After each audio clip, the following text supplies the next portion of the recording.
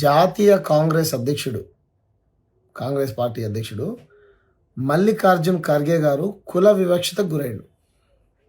ఉత్తరాఖండ్లో రామ్లీలా మైదానంలో మల్లికార్జున్ ఖర్గే గారు మాట్లాడి వెళ్ళిపోయిన తర్వాత పసుపు నీళ్ళతో శుభ్రం చేసిండు. ఈడు అంటరానోడు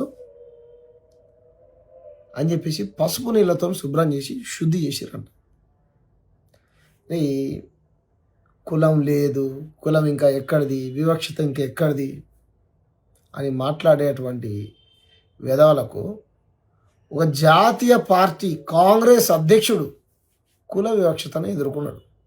ఇంకా సామాన్యమైనటువంటి జనాల పరిస్థితి ఏంద్ర గ్రామాలలో గుళ్ళెకు రానియరు, బళ్ళెకు రానియరు, రాజకీయాలు చేయనియరు, తెల్లబట్టలు వేసుకొనియరు, కార్లలో వాడేవాడు నిన్న మాట్లాడుతున్నాడు. పెద్ద పెద్ద కార్లు ఎక్కడి అంటాడు నా ద్వారా ఒక ఎమ్మెల్యేని పట్టుకొని. ఊరికి పెద్ద కారు కూడా ఉండొద్దా? అంటే ఈ రకమైనటువంటి వివక్షత దేశంలో అంత పెద్ద వ్యక్తికే ఎదురైనప్పుడు ఇంకా సామాన్యమైనటువంటి ప్రజల పరిస్థితి ఏం చెప్పండి? ప్రతి చోట వివక్షతే. కులం లేదు, వివక్షత లేదని మాట్లాడేటువంటి విధవలు తెలుసుకోవాల్సినటువంటి విషయం ఏంటంటే ప్రతి చోట వివక్షతే. ఇప్పుడు 2 తెలుగు రాష్ట్రాల్లో నిన్న మొన్న ఒక పెద్ద న్యూస్, కానిస్టేబుల్ సాయి కుమార్ ఆత్మహత్య చేసుకున్నాడని పోలీసు వాళ్ళు చెప్తారు. లేదు పోలీసు వాళ్ళు హత్య అంటారు. లేదు ప్రజా సంఘాలు, గిరిజన సంఘాల వాళ్ళ కుటుంబం కుల వివక్షతకు గురయ్యే మా కొడుకు చనిపోయాడు, ఇది కుల హత్య అంటారు. మీరు చూడండి, కింది స్థాయి నుంచి పై స్థాయి వరకు పోలీసులు, కానిస్టేబుల్ కానీ, హెడ్ గార్డులు కానీ, లేకపోతే ఎస్ఐలు కానీ, సిఐలు కానీ, అక్కడక్కడ కింది వర్గాల వాళ్ళే ఎక్కువ వివక్షతకు గురవుతారు.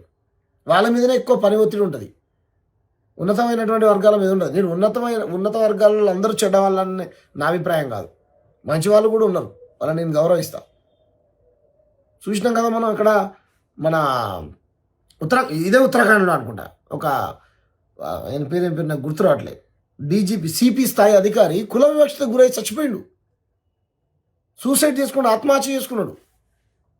నిన్న ఒక దొర మాట్లాడతాడు, మేము లేకపోతే మీకు రాజకీయ జీవితమే లేదు, మేము లేకపోతే అసలు మీకు బతికే లేదు అని. నేను నీకు టికెట్ ఇప్పించినా, నేనే నిన్ను గెలిపించినా, ఇలా నువ్వు నాకు కాంట్రాక్టర్ రాకుండా చేసినావు. కాంట్రాక్టర్లు అంటే ఏమంటారు, నా దగ్గరికి రాకుండా కాంట్రాక్టు నాకు రాకుండా చేసినావు అని నువ్వు సంపాదించుకుంటావు, నువ్వు వసూలు చేస్తున్నావు, నాకు ఇవ్వట్లేదు అని ఒక దళిత ఎమ్మెల్యేని పట్టుకొని మాట్లాడుతూ ఉన్నాడు నిన్న ఒక దొర.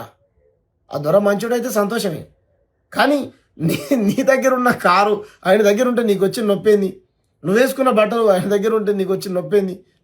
నీకున్న సంపాదన ఆయనకుంటే నీకు వచ్చి నొప్పేంది? కాబట్టి ఇది ఒక రకమైనటువంటి ఆధిపత్య, ఇది వివక్షత కిందకే వస్తుంది. అంటే ఉంటే దొరలే ఉండాలనా? కింది వర్గాల వాళ్ళు ఉండొద్దా? నేను ఫ్లైట్ ఎందుకు ఎక్కినావు, నడుచుకుంటూ పోమాటమేమో. కాబట్టి ఈ రకమైనటువంటి వివక్షత ప్రతి డిపార్ట్మెంట్లో కుల వివక్షత ఉన్నది.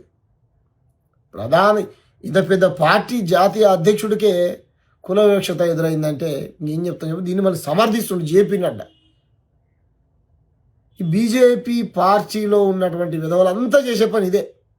మళ్ళీ వాళ్ళ ఇది ఉత్తరాఖండ్ బీజేపీ అధికార ప్రతినిధి అంట, వాడు ఏం చెప్తాడంటే సనాతన ధర్మాన్ని మల్లికార్జున ఖర్గే గారు ఎప్పుడో ఏమో అన్నారంట, అందుకని చెప్పేసి మేము అట్లా చేసినాం అని సమర్థించుకుంటున్నాడు. నేను పేపర్ చదివినా. ఇంత దుర్మార్గం. కాబట్టి కింది నుంచి పైదాకా ఉన్నటువంటి ఈ దేశంలో ఉన్న మేధావులు ప్రతి ఒక్కరు ఆలోచించాలి. ప్రతి దాంట్లో కుల వివక్షత 100కు 200% ఉన్నది, ప్రతి డిపార్ట్మెంట్లో ఉన్నది. కాబట్టి ఈ కుల వివక్షతను బద్దలు కొట్టకపోతే ఈ దేశం అసలే బాగుపడదు. రేపు మనం స్వాతంత్ర దినోత్సవాన్ని జరుపుకుంటాం, జెండా ఎగరేసుకుంటాం, ఇండిపెండెన్స్ డే. ఏది 78 సంవత్సరాలు ఇంకా కులం పోలే. ఎట్లా రా నాయన? ఇది మల్లికార్జున ఖర్గే గారు చెప్పింది 100కు 200% నిజం, పచ్చి నిజం.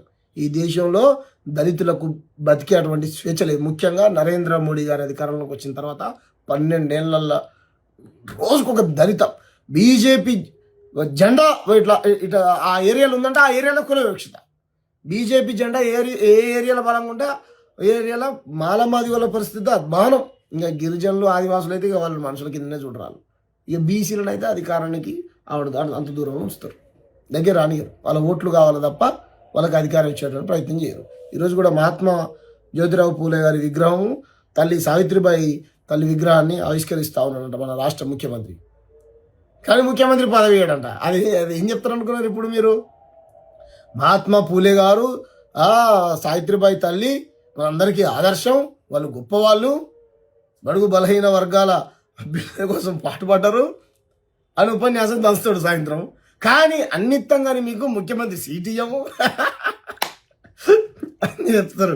అన్నిత్తం మీకు ఎస్సీలకు టికెట్లు ఇస్తాం, అవి కూడా రిజర్వేషన్ టికెట్లే, ఓకేనా. జనరల్ వేయము, బీసీలకు ఎక్కడో ఏదో ఒక కులానికి ఇచ్చి బీసీ వర్గాలు అన్నిటికీ న్యాయం చేస్తాం. భలే ఉంటాయి రాజకీయాలు. కాబట్టి ప్రజలారా, మనం ఎవ్వరికీ వ్యతిరేకం కాదు. రేవంత్ రెడ్డి గారు కూడా ఎమ్మెల్యే కావాల్సింది, ఆయన కూడా పదవులు అనుభవించాల్సింది. కానీ ఎన్ని రోజులు ఇంకా ఉన్నత వర్గాలే ముఖ్యమంత్రులు, ఉన్నత వర్గాలే ప్రధానమంత్రులు, ఉన్నత వర్గాలే ఉన్నతమైనటువంటి పదవులు పొందడం, ఇది వివక్షత కాదా? మీకు నిజంగా మీ పార్టీలకు చిత్తశుద్ధి ఉంటే కింది వర్గాల పట్ల మీకు ఏమాత్రం ప్రేమ ఉన్నా సరే, ఎస్సీ ఎస్టీ బీసీ ఈ వర్గాల నుంచి మా పార్టీ నుంచి ముఖ్యమంత్రి క్యాండిడేట్ ఈయన అని మీరు ప్రకటన చేయండి. కాంగ్రెస్ పార్టీ నెక్స్ట్ అధికారంలోకి వస్తే బీసీని ముఖ్యమంత్రిని చేస్తుందా? బీఆర్ఎస్ పార్టీ నెక్స్ట్ అధికారంలోకి వస్తే బీసీని ముఖ్యమంత్రి చేస్తుందా? లేకపోతే బీజేపీ పార్టీ తెలంగాణలో అధికారంలోకి వస్తే బీసీని ముఖ్యమంత్రి చేస్తుందా? బీఎస్పీ పార్టీ అధికారంలోకి వస్తే బీసీని ముఖ్యమంత్రి చేస్తుందా? ఇప్పుడు టీఆర్ఎస్ పార్టీ కవితక్క గారు అధికారంలోకి వస్తే బీసీని ముఖ్యమంత్రి చేస్తుందా? చెప్పండి, మీ పార్టీలో స్టాండ్ అని చెప్పండి. బీసీ ముఖ్యమంత్రి డిక్లేర్ చేయండి. ఎన్ని రోజులు అండి ఈ వివక్షత? తప్పు కదా, తప్పు కదా. మెజారిటీ ఓట్లు అణగారిన వర్గాలై, అధికారం మొత్తం మైనారిటీ వాళ్ళది. మీరు మైనారిటీ, ఎస్సీ ఎస్టీ బీసీ ప్రజలు మెజారిటీ. 80%, 85% మేము, 85% ఉన్న మాకు 80 ఏళ్ళ నుంచి అధికారం లేదు. ఆ తండ్రి బాబాసాహెబ్ అంబేద్కర్ పుణ్యాన ఎస్సీ ఎస్టీ రిజర్వేషన్ సీట్లు ఉన్నాయి కాబట్టి అందులో గెలుస్తున్నాం తప్ప జనరల్ సీట్లలో పోటీ చేసి గెలిచేటువంటి ప్రసక్తే లేదు. ఎవరో అప్పుడు మోతుపల్లి నరసింహులు గారు లాంటి వాళ్ళు ఎవరో ఒకరు గెలిచారు తప్ప గెలవలేరు. కులం ఈ దేశంలో వాడు మన కులమోడు కాదురా, ఆడు కిందోడు, మనం ఎందుకు ఓటేయాలి అనే అటువంటి భావనలు ప్రజలు ఉన్నారు. ఆ భావజాలాన్ని బీజేపీ కాంగ్రెస్ దేశవ్యాప్తంగా నూరిపోస్తూ ఉన్నది. ఈ 2 ఆధిపత్య పార్టీలు, వీటిని ఓడించండి. అంటే మల్లికార్జున ఖర్గే గారికి జరిగినటువంటి వివక్షత ఆయన దళితుడు కాబట్టి జరిగింది, దాంట్లో అనుమానమేం లేదు. 100కు 200% ఈ దేశంలో దళితులకు బతికేటువంటి స్వేచ్ఛ స్వతంత్రాలు లేవు. ఈ దేశం మూలవాసుంది, మాది బహుజనులది ఈ దేశం. కాబట్టి ప్రజలారా అర్థం చేసుకోండి.